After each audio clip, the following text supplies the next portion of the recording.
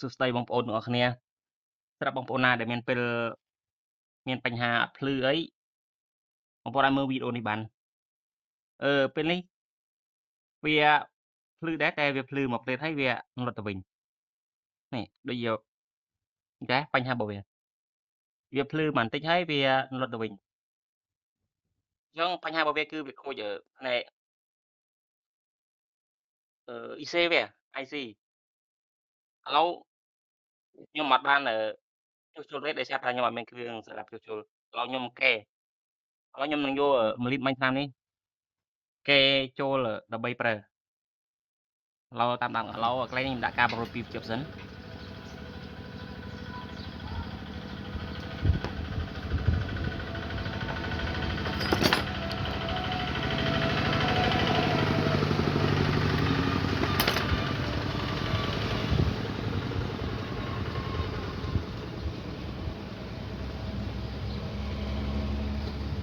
អាកន្លែងនេះយើងចង់តវា direct តខ្សែភ្លឺក៏បានដែរប៉ុន្តែមើលតវារាងញ៉ៃពេកវាអត់ស្អាតឥឡូវខ្ញុំកេដាក់1លីត្រ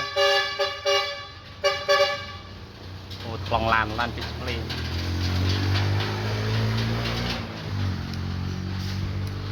ឡូវចេះខ្ញុំដាក់1លីត្រចេះឥឡូវខ្ញុំតចូលសិន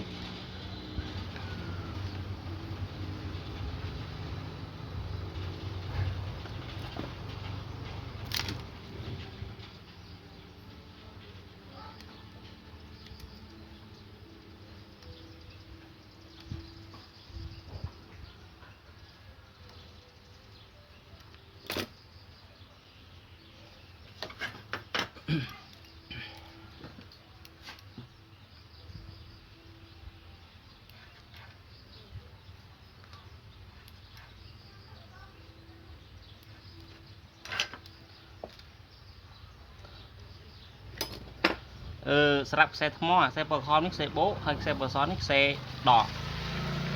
ឥឡូវ1លីត្រយើងយកពកខំនេះចូលជើងថ្មខាងបូកមកពកខំនេះឥឡូវខ្ញុំតចូលសិន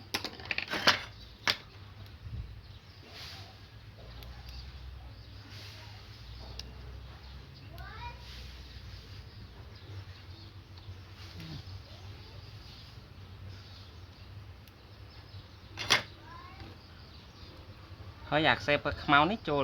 ជើងដក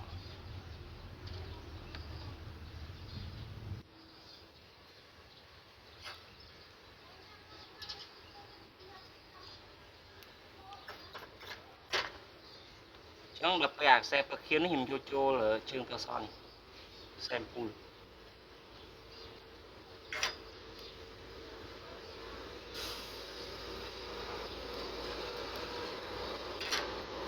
អូខេហើយខ្ញុំតរួចហើយឥឡូវខ្ញុំបើមកសិនអូខេអញ្ចឹងវាត្រូវការមកហើយវាភ្លឺហើយបើបងប្អូនពេញចិត្តវីដេអូមួយនេះសូមជួយចុចជាវខ្ញុំម្នាក់បងបាទអរគុណ